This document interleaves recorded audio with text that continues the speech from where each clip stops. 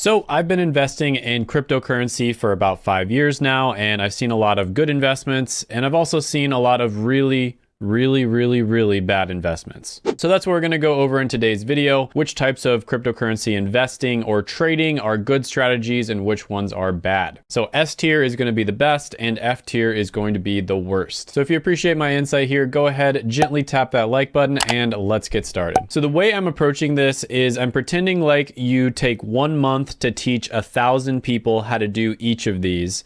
And then you come back like 10 years later and you see how did they do, right? So how many of them made money, how many of them lost money, and then out of the ones who made or lost money, how much did they make or lose? All right, so first one on the list is going to be cryptocurrency mining. So I'll go ahead and put the definition up there for you if you want to pause the video and read that. But basically, you're using computers in order to solve very complex problems to validate transactions on the blockchain. And you are incentivized to do this by getting rewarded with cryptocurrency. Now, two well-known cryptocurrencies that still do this are Ethereum and Bitcoin. Now, you do have to be very careful which ones you mine here because we all know some cryptos are harder, better, faster, and stronger than others. And setting up your own mining rigs is expensive, technical, and requires a lot of knowledge. The rigs will stop working all the time, so you're constantly having to check them, so it's not really all that passive. And for some reason, if your rig breaks down, you're gonna lose a lot of profit. And with the cost of the rigs, even if you do everything right, it's probably still gonna be a year before you see a return on your investment. So it really only works if you do it at scale. So if you have a giant warehouse full of computer rigs. And proof of work is probably gonna pretty much go extinct at some point because for one, it's pretty unnecessary at this point. Proof of stake is so much better. And for two, it also takes up a ton of electricity and is not very eco-friendly. But with that being said, you are adding value there because you are facilitating and validating transactions. Now, in my own experience, I have seen, normal people make money cryptocurrency mining, but it's usually pretty underwhelming. It's a lot less than you would expect. And it's also a lot more work than you would expect as well. So for those reasons, I'm gonna go ahead and put cryptocurrency mining into C tier. All right, so the next one on the list is going to be aping into hot crypto. If I were to write a beginner's guide to cryptocurrency, this would be on the very first page, the very first thing I would tell you to not do. And it also happens to be the most common investing strategy, which is really a trading strategy in crypto. And it's actually really easy to do this on accident, and here's why. This is basically a version of the mere exposure effect in cryptocurrency. And the definition of the mere exposure effect is a psychological phenomenon where people tend to develop a preference for things or people that are more familiar to them. So the way this pertains to cryptocurrency is you really can't buy a crypto unless you know about it, right? You have to actually be aware of the cryptocurrency before you can buy it. And you usually become aware of a cryptocurrency after the price has skyrocketed. When the price goes up, news outlets start covering it, YouTubers make videos about it, your Uber driver talks to you about it, etc. So therefore, you hear about the cryptocurrency, but you're smart, right? So you do your own research on it. You do your due diligence and you realize, hey, this is a really good cryptocurrency. It has solid fundamentals. I think this might be a really good investment. So you decide to invest in it. And by the time you do that, it's probably reached an all-time high. And then it crashes right afterwards and you end up losing a ton of money. Now, some people will sell at this point. Some people will hodl, but either way, it's not an ideal situation. And you see this happening over and over and over again. It's happened to me before and it's probably happened to you. Now, the mere exposure effect kind of works in reverse as well. When a crypto is relatively unknown, it doesn't have any social proof, so people don't trust it. And so they're much less likely to look into the fundamentals of the cryptocurrency because that's hard work. Doing your own research takes time and effort. Nothing about the physical features of the cryptocurrency has changed. It still has the same team and the same underlying fundamentals. But nobody wants to invest in it because of the fact that it's relatively unknown. So because of this, you are much less likely to actually invest your money in the coin, even though this would have been the best time to invest in it. So yeah, aping into a super hot cryptocurrency just because it's on the news or a bunch of YouTubers are covering it is probably the worst possible strategy that you can have. And in fact, when you hear a bunch of people talking about it, almost like it has a cult-like following, this is usually a good time for you to exit. So this is definitely going to go into F tier. All right, so day trading cryptocurrency is next. Now, if you're familiar with analysis, and I'll have the definitions pop up on the screen if you want to pause the video and look at those. This is mostly technical analysis, has a little bit of sentiment analysis, and then an even smaller amount of fundamental analysis. Now, the thing about day trading cryptocurrency and markets in the short term is nobody can predict them, right? There's no technical analysis that can predict a global pandemic pandemic, for instance. There's no technical analysis that can predict whether your country is going to randomly print trillions of dollars. And just because you notice some pattern that was correlated to something in the past doesn't mean that pattern is going to repeat itself in the future. You're not going to find some kind of technical analysis crystal ball, and if you do, let me know about it, but don't tell anybody else. Now, before I get into this one, I realize I'm probably going to trigger a ton of people who are fans of day trading. But remember, when I'm making this list, I'm thinking about the average people. Like, you take 1,000 just average people, 10 years later, you come back and see how well they did with these different types of investing and trading. So I just want to say there's no doubt in my mind that there are cryptocurrency day traders that are successful and have been doing it for a while. But with that being said, I think that is the exception, not the rule. I think most people end up losing money when they try to day trade cryptocurrency. And the reason for that is because day trading is what's known as a zero-sum game. For one person to win, another has to lose. Now, there's a lot more data out there about day trading with stocks. And when you look at that data, you see somewhere between 95 to 99% of day traders end up losing money in the long run. Like, this study by the SEC shows that day traders typically lose 100% of their money within 12 months. And CoffeeZilla did a really great video breaking this down if you want to really dive into it. And like I said, the nicest estimates I've seen still show that 95% of day traders lose money. Now, I personally think it's probably a little bit better to day trade cryptocurrency than it is to day trade stocks. And the reason for that is because I think stocks have largely been figured out at this point. Big finance spends billions and billions of dollars on technology and the smartest people and the best resources. And so you're probably not going to be able to beat them. Now, I kind of want to put this one into C tier, but I would say it's like low C tier, high D tier. I'm going to go ahead and put it into D tier. Next one on the list is swing trading. And this is typically where you would buy a cryptocurrency and then sell it within a month, but usually it's more like 1 to 4 days. And I do think that swing trading is slightly better than day trading. Now, don't get me wrong, swing trading is still pretty much a zero-sum game, but in my opinion, it's a more flexible and intelligent way to invest. And I have personally met several people who seem to consistently make money swing trading cryptocurrencies. However, this requires a very high level of skill. I still think most people who try this are going to lose money. You really have to be good at sentiment analysis, technical analysis, and fundamental analysis in order to be a successful swing trader. And there's really two things that you have to be really good at, and they're both a lot harder than they sound. So the first thing is evaluating projects that are not well known and have low market caps. And then the second thing is buying low and selling high. And then the third thing is something you kind of have to develop over time, which is having an instinct when to buy into something and when to sell it. So with swing trading, I'm going to go ahead and put this one into C tier. All right, long-term cryptocurrency investing. What I mean by this is investing in cryptocurrencies for at least 1 year, so you have those tax advantages. Always doing your own research and doing due diligence on your investments. Diversifying your investments. Dollar cost averaging in. Never investing anything you aren't willing to lose. And then the last one is optional, but making a plan to take profit at a certain point. Now, some people skip that last option because they're long-term investors and they basically never sell. But sometimes taking profit can be a good thing, especially when a cryptocurrency rises a lot faster than you expected. Now, if you follow these basic principles, in my opinion, this is one of the best ways to invest your money, period. This one is definitely going into S tier. Next one on the list is very similar to aping into hot cryptos, and that is Memecoin trading. So we all heard about Dogecoin and then later on Shiba Inu. Now, what I specifically mean in this one is investing in cryptocurrencies that don't actually have any function or value. Literally, the only reason why they're going up in price is because of hype. Now, there are people who have made money doing this. Don't get me wrong. There's people who have become millionaires and billionaires, but there's also a ton of people who have lost money. And this is pretty much 100% sentiment analysis, if you can even call this analysis. And basically their logic is if we all buy the coin and we hodl the coin and we don't sell the coin, then the price has to go up, right? Well, kind of right, I guess, but incredibly unlikely because eventually people are going to have to sell because they have to pay their rent or something. And then what's going to happen? The price is going to go down, and then people are going to see that the price is going down. So more people will sell. And it's just this reflexive cycle that is going to cause it to crash. And we've seen this happen over and over and over again. So meme coin investing, this goes into F tier. All right, so creating NFTs is next. Not investing in NFTs, creating them. But there are many alternative ways of either bulk uploading to the Ethereum network or using different networks that cost a fraction of the price. Now, chances are nobody's going to end up buying your NFT, but this is a low risk, potential high reward move. And I think at this point, most NFTs are scams, to be honest with you.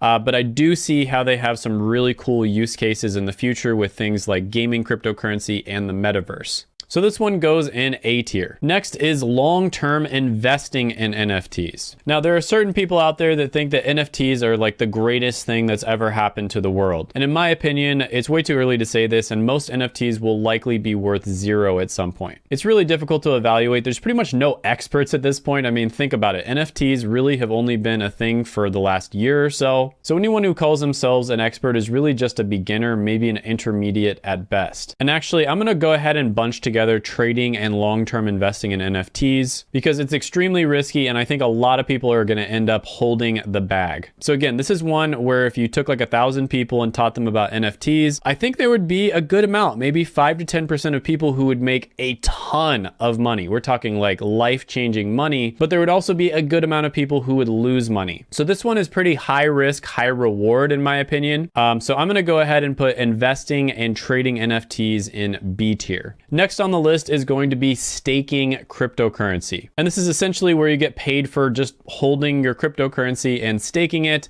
while you validate transactions with proof of stake. This one is a no-brainer. If you're currently holding a cryptocurrency, you should probably be staking it. A lot of cryptocurrencies will give anywhere between like 3% all the way up to almost 20% for staking. There are even ways where you can stake stable coins, right? So these are coins that are pegged to the US dollar, and you can get somewhere between 15 and 20% for those stable coins. So staking, whether you're holding a cryptocurrency or you're keeping your money out of the market and keeping it in stable coins, is a no-brainer. Definitely take advantage of staking. It's super passive. It's super easy. This one goes into S tier. Next one on the list is going to be lending cryptocurrencies. This one can also be really good, although we did see with the recent market crash, lending rates have gone down significantly. For instance, Tether for the last year or so, you've been able to lend it on KuCoin for somewhere between 30 and 50% usually. And now last time I checked, it crashed down to like 2 to 3%. So lending can be really good, but unfortunately, it's one of those things that's really volatile and can go up and down with the market. Still, if you're holding a coin that you can't stake,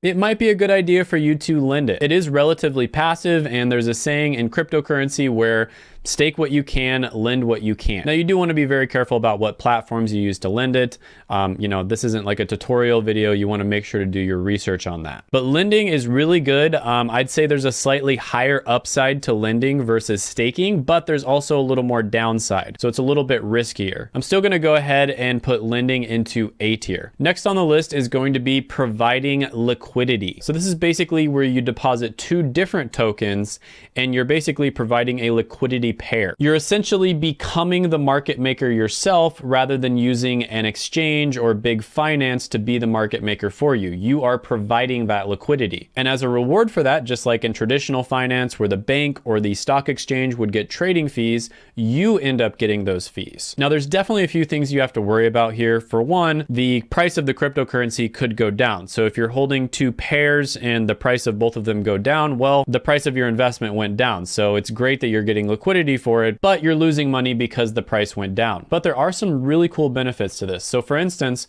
the market recently crashed and people who were providing liquidity actually had their trading fees go up, sometimes double or even triple what it usually is. So instead of getting like 10% APY, they were getting something like 30% for a short period of time. And the reason for that is because a lot of people were trying to pull their money out of the market. And so therefore there were more transactions, and that means more volume and higher fees. So when it comes to liquidity, you usually get paid more based off of the volume. So if lots of people are buying into something, you're going to get paid more. And if lots of people are going out of something, you're also going to get paid more. And there are ways to reduce the risk when it comes to the cryptocurrencies falling, as well as impermanent loss. For instance, you can have pairs of stable coins, which is basically pegged to the US dollar. And you don't really have to worry too much about stable coins going up and down. And it's not as much of an issue when it comes to impermanent loss as well. So providing liquidity can be pretty awesome.